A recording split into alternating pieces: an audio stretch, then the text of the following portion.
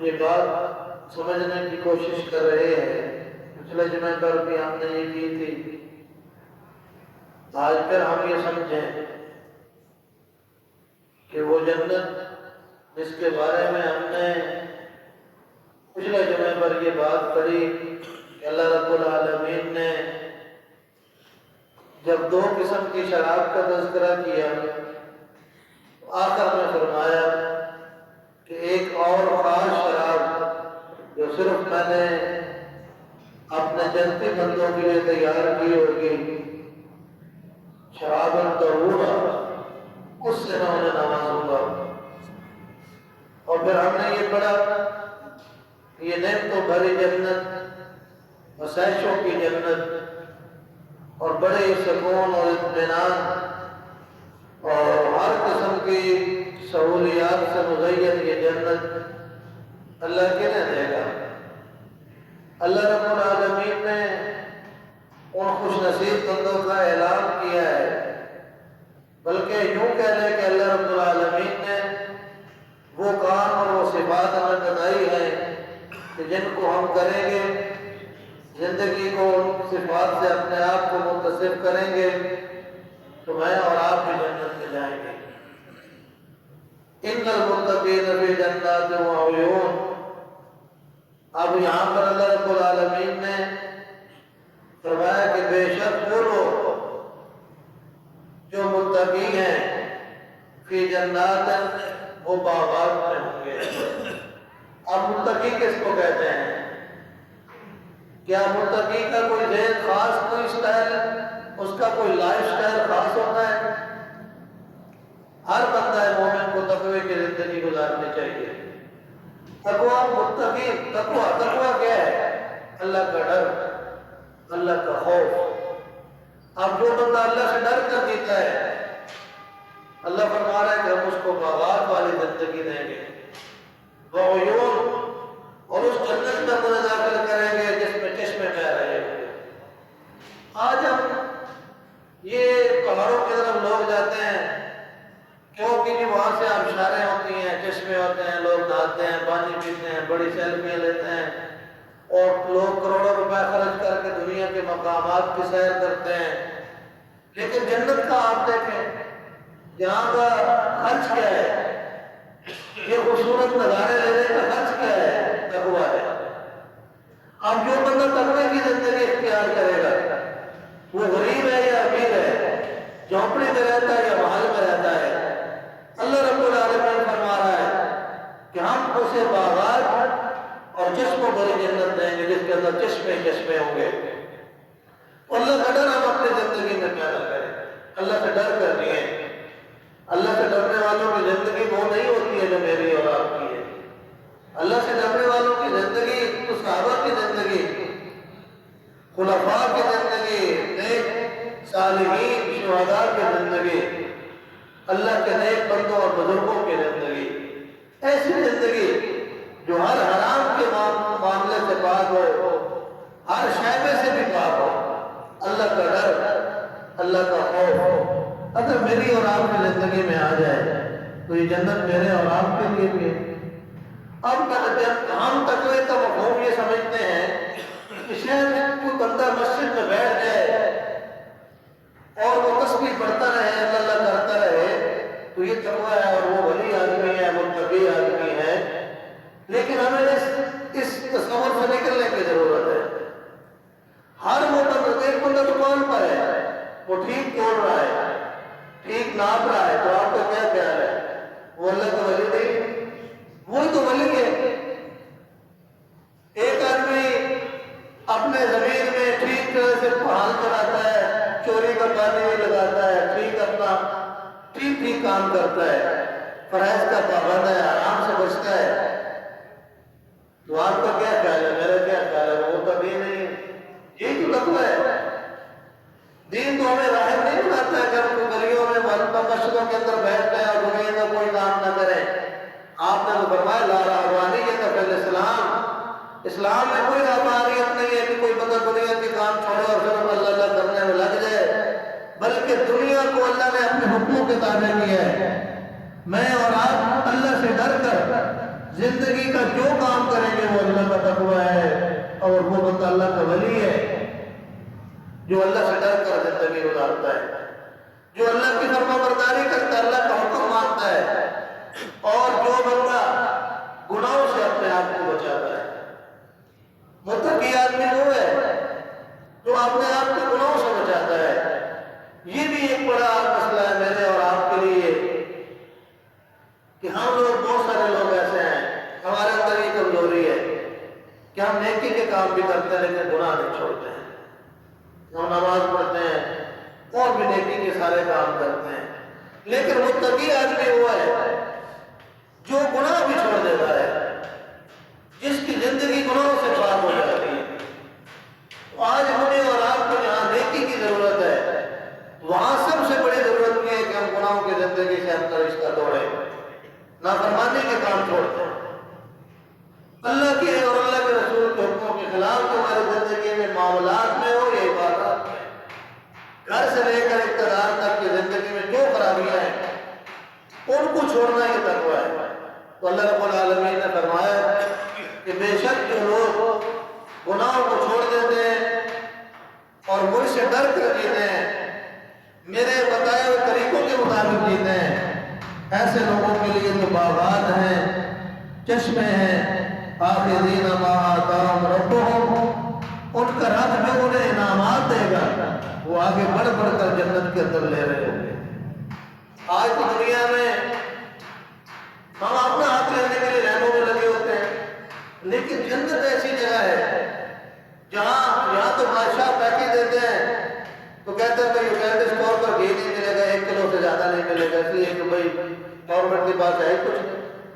آپ اس بادشاہ کو دیکھیں جو اتنا بڑا بادشاہ ہے، جو اس بات کا اعلان کر رہا ہے کہ میرے جنتی بندے جنت کے اندر میرے ہی انعامات کو آگے بڑھ بڑھ کر لے گئے، اور کسی کو لینے میں کوئی مشقت نہیں ہوگی، کوئی سیدھا جھپٹی نہیں ہوگی، وہاں کسی کا دم نہیں گھٹے گا، بلکہ پچھلے جمعے پر ہم نے پڑھا ہے کہ جنت کے پھل وہ انسان کی اپروچ میں ہوں گے، اور وہ جہاں جنت کے جس حصے میں ہوگا، جو دل میں خواہش کرے گا، جس پھل کو چاہے گا، اسے وہاں لینے کے لیے جانا نہیں پڑے گا، وہ پھل اس کے پاس آ جائے گا۔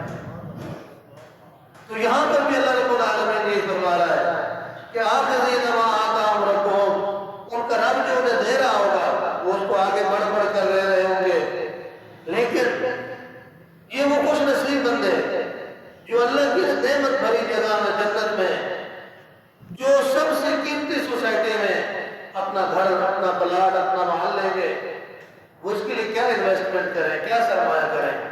دیکھیں ہم یہاں دنیا میں کوئی پلاٹ مقام بنانا چاہتے ہیں، بڑے جتن کاٹتے ہیں، انویسٹمنٹ بناتے ہیں، پلاٹ لیتے ہیں، پھر مکان بناتے ہیں، لیکن جنت کو آپ دیکھیں کیا وہ کتنی سستی ہے، وہ سب سے مہنگی سوسائٹی ہے، وہ سب سے مہنگی رہائشی سکیم ہے، ہاؤسنگ سکیم ہے، اور اتنی مہنگی ہاؤسنگ سکیم جس کے اندر کوئی کمی نہیں ہے،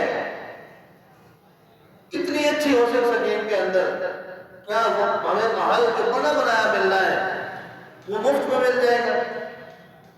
آخر کچھ تو کرنا پڑے گا، اس محل کو لینے کے لیے کس انویسٹمنٹ کی ضرورت ہے، کون سی سرمایہ کاری کرنی ہے، یہاں تو روپیہ اور پیسہ چاہیے، کوئی بھی چھوٹا سا گھر بنانے کے لیے، بلکہ ہم نے قرآن تو یہ بھی کہتا ہے کہ تم جہاں بھی دیکھو گے اذا رأیت ثم رأیت نعیما وملکا کبیرا، تمہیں ایک ایک گھر یوں لگے گا جیسے ایک ایک بادشاہ کی سلطنت ہے، اتنا بڑا گھر، غریب سے غریب آدمی کے لیے بھی۔ اب اس جنت کے لیے انویسٹمنٹ کیا ہے، ہم نے کیا کرنا ہے، کون سے عمل کرنا ہے، کون سی سرمایہ کرنی ہے، سرمایہ کاری کرنی ہے۔ اللہ رب العالمین فرماتا ہے یہ جنت ہم نے محسنین ان لوگوں کے لیے رکھی ہے جو احسان کی زندگی گزارتے ہیں دنیا میں، اچھائی کی زندگی۔ احسان کیا ہے، کون سا بندہ جو جنت میں جائے گا؟ عبادات میں احسان یہ ہے کہ میں اور آپ مسجد میں آئے ہیں، ابھی ہم نماز پڑھیں گے، ہم نماز اس احساس کے ساتھ پڑھیں کہ میرا اور آپ کا رب، میں اس کو دیکھ رہا ہوں، اس احساس کے ساتھ ہم کھڑے ہو جائیں اگر ہم یہ احساس پیدا نہیں کر سکتے تو کم از کم اپنے اندر یہ احساس تو پیدا کریں کہ مجھے اور آپ کو میرا اور آپ کا رب دیکھ رہا ہے۔ اس احساس کے ساتھ معاملات میں احسان کیا ہے؟ معاملات میں احسان یہ ہے کہ جہاں گھر کے اندر کسی کوئی چیز لینی دینی ہے، انسان اپنے حق سے کم پر راضی ہو جائے، دوسرے کو اس کی حق سے زیادہ دے۔ کہیں پر کوئی تقسیم ہو جاتی ہے، کوئی بھائی یہ کہہ دے کہ بھائی آپ زیادہ لے لیں، مجھے یار تھوڑا ہی دے، یہ احسان ہے۔ اور اللہ فرماتا ہے کہ جو لوگ زندگی کو احسان کے درجے پر رکھیں گے، ہم انہیں اس نعمت بھری جنت میں خوبصورت سا مال دیں گے، یہ اس کی بہترین انویسٹمنٹ ہے۔ پھر اس کے بعد فرمایا اب دیکھیں اس کے لیے کتنی سستی انویسٹمنٹ ہے، کوئی مشکل کام نہیں ہے۔ پھر فرمایا کانوا قلیلا من اللیل ما یہجعون وبالاسحار هم یستغفرون، یہ جنت ہم انہیں دیں گے جو رات کی گھڑیوں میں اور صبح سحری کے وقت اٹھتے ہیں اور ہم سے معافی مانگتے ہیں۔ سحری کے وقت اٹھ کر، تہجد کی نماز کے اندر اٹھ کر وہ اللہ فرماتا ہے مجھ سے معافی مانگ لیتے ہیں، میں ان کی ساری زندگی کے نہ صرف گناہ معاف کروں گا بلکہ جنت کے اندر یہ معلوم ہے عطا کروں گا۔ کیا ہم معافی نہیں مانگنا چاہتے ہیں؟ کون اب میں اور آپ، ہم میں سے کون سا ایسا آدمی ہے جو اللہ کے جنت میں نہیں جانا چاہتا ہے؟ اس کے لیے فارمولہ یہ ہے، انویسٹمنٹ یہ ہے، سرمایہ کاری یہ ہے کہ ہم اللہ سے معافی مانگیں۔ اور اب تو راتیں لمبی ہو گئی ہیں، ہم رات کو 11 بجے تک 12 بجے تک موبائل فون پر نہ بیٹھیں، جلدی سو جائیں۔ رات کو ہم کیا کرتے ہیں؟ آپ مجھے بتائیں ہم کتنے لوگ ہیں جو رات کو رات پڑھتے سو جاتے ہیں؟ چلے مجبور آدمی، ڈیوٹی والا آدمی، اس کو چھوڑ دیں۔ ہم تو فیس بک، واٹس ایپ، بس چیٹنگ پر لگے ہوئے ہیں اور رات آدھی گزر گئی ہے، صبح یاد نہیں آنی ہے نماز کے لیے، اٹھنا نہیں ہے، جو بڑی ہمت کرنی ہے تو فجر کی نماز کے لیے اٹھ جانا ہے۔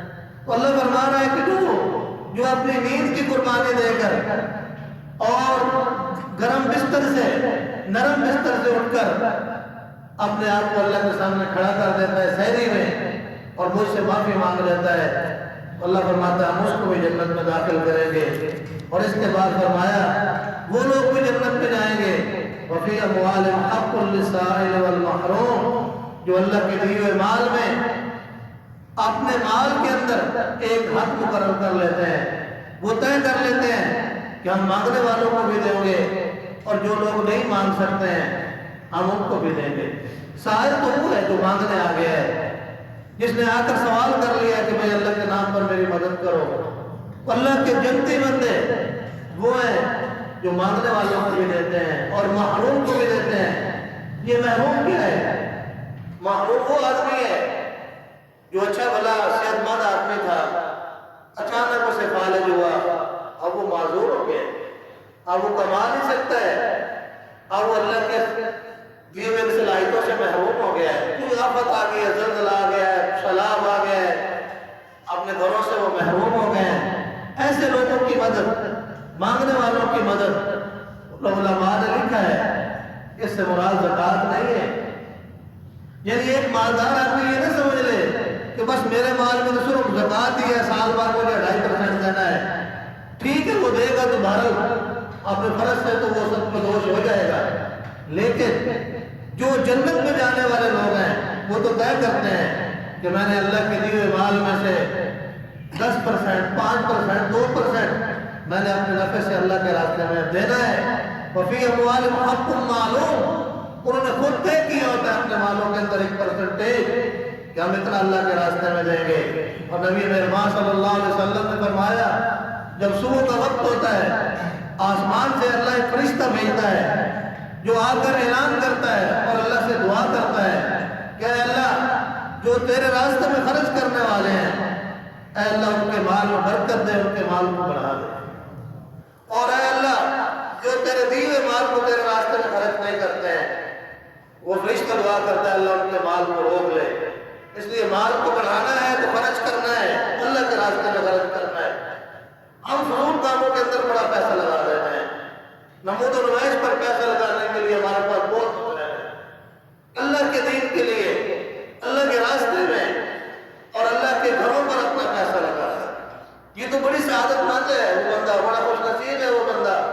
جس کا مال سیدھے راستے میں ٹھیک راستے پر خرچ ہو جائے. وگرنہ اگر آج آپ جائزہ لیں نا میں اور آپ تو ہم اپنا پیسہ صرف آپ یہ اندازہ لگا لیں کہ ہم اپنے صرف ایک نیٹ پیکج پر کتنا پیسہ لگاتے ہیں. کبھی کبھی تو سوچتے ہیں تو حیران رہ جاتے ہیں کہ ایک فیملی کا جو خرچ ہے وہ ان کے کچن کے اتنا خرچ نہیں جتنا ان کے موبائل پر خرچ ہے. اور ہم کو موبائل سے بڑی خیر کا کام نہیں لے رہے ہیں کہ میں اور آپ سمجھے کہ بھائی ہم موبائل پر بڑا کو دین کا کام کر رہے ہیں. بس ٹھیک ہے ایک تفریح ہے اور اپنے آپ کو تباہ کر رہے ہیں. اللہ کے دین کے لیے پیسہ لگانا اس لیے آپ اور میں یہ سوچیں اور اپنے لیے اعزاز سمجھیں کہ ہم اللہ کے راستے میں اللہ کے دیے پیسے کو لگائیں.